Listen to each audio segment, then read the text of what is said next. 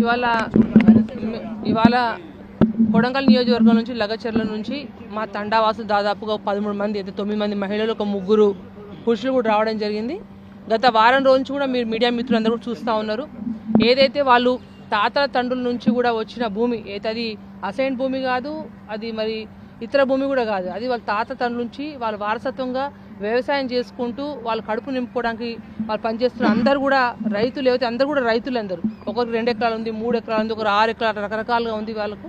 అందరూ కూడా ఇప్పుడు ఏదైతే ఫార్మా కంపెనీ గతంలో పోయిన ప్రభుత్వంలోనే ఆల్రెడీ 13,000 ఎకరాలు ఫార్మా సిటీ ఏర్పాటు చేయడానికి పోయిన రాష్ట్ర ప్రభుత్వం ఏర్పాటు చేయడం జరిగింది. వాస్తవంగా అక్కడే ఫార్మా కంపెనీ ఏర్పాటు చేసి ఫార్మా సిటీ ఏర్పాటు చేయాలి. కానీ ఇవాళ ఏదైతే కాంగ్రెస్ ప్రభుత్వం, రేవంత్ రెడ్డి ప్రభుత్వము ప్రత్యేకంగా వారి స్వలబ్ధి కోసము ఆ కొడంగల్లోని లగచర్ల గ్రామంలో ప్రత్యేకంగా గిరిజన వాసులు, మా తండా వాసులందరినీ కూడా వాళ్ళ భూములు, అమాయక ప్రజల యొక్క రైతుల యొక్క భూములు తీసుకొని అక్కడ ఫార్మా సిటీ ఏర్పాటు చేయడానికి ఏదైతే చేస్తుందో యావత్ తెలంగాణ రాష్ట్రంలో ఉన్న మా లంబాడ సోదరులందరం కూడా మేము పూర్తిగా వ్యతిరేకిస్తున్నాం. ఎందుకంటే ఇవాళ కాంగ్రెస్ ప్రభుత్వం వచ్చిందంటే ప్రత్యేకంగా లంబాడలు 90% మంది కాంగ్రెస్ పార్టీ సపోర్ట్ చేయడం వల్ల ఇవాళ ప్రభుత్వం వచ్చింది. కానీ ఇవాళ ప్రభుత్వం వచ్చినాక పూర్తి స్థాయిగా చేసి మీ దౌర్జన్యం ఇవాళ లంబాడల మీద చేస్తున్నారు. మీరు ఒకసారి గమనించండి. యావత్ రాష్ట్రంలో ఉన్న ప్రతి ఒక్క లంబాడ కుటుంబంలో కూడా అందరూ కూడా బాధపడుతూ ఉన్నారు. మా డిమాండ్ ఒకటే. ఇవాళ ఇప్పుడు ఇక్కడ కలుస్తున్నాం, కానీ మహిళా కమిషన్ కలుస్తున్నాం, ఎస్టీ కమిషన్ కలుస్తున్నాం. మా డిమాండ్ ఒకటే, గిరిజన భూముల జోలికి దయచేసి మీరు రాకూడదు.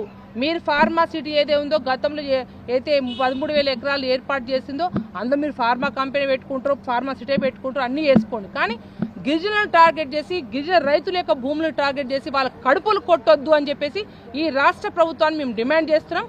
ఖచ్చితంగా ఆ లగచర్లలో ఉన్న తండా వాసులకు ఎటువంటి ఇబ్బంది కలగకుండా వాళ్ళ భూములు అందరూ కూడా పోకుండా కూడా యావత్ మేము లంబాడ గిరిజన బిడ్డగా కూడా వాళ్ళ సైన్యంగా నిలబడతామని తెలియపరుస్తాం. ఆల్ ఇండియా బంజారా సేవా సంఘం తరఫున బాధిత కుటుంబాలకు అండగా రావడం జరిగింది.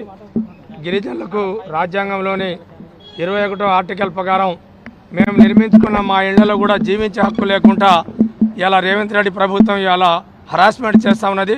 వాళ్ళ మీద SC/ST అట్రాసిటీ కేసు పెట్టి ఎవరైతే గిరిజన రైతుల్ని ఇబ్బంది పెట్టి జైళ్ళకు పంపించి దాడులు చేశారో వాళ్ళ యొక్క అధికారుల మీద చర్య తీసుకోవాలని ఈరోజు ST కమిషన్, జాతీయ కమిషన్కు, SC కమిషన్కు, హ్యూమన్ రైట్ కమిషన్స్కి వాళ్ళ కలవటానికి ఆల్ ఇండియా బంజారా సేవా సంఘం తెలంగాణ రాష్ట్ర కమిటీ తరఫున విన్నవించడానికి వచ్చినాం. దీన్ని వాళ్ళకు అండగా ఉంటామని చెప్పి సందర్భంగా మేము మనవి చేస్తూ ఉన్నాం.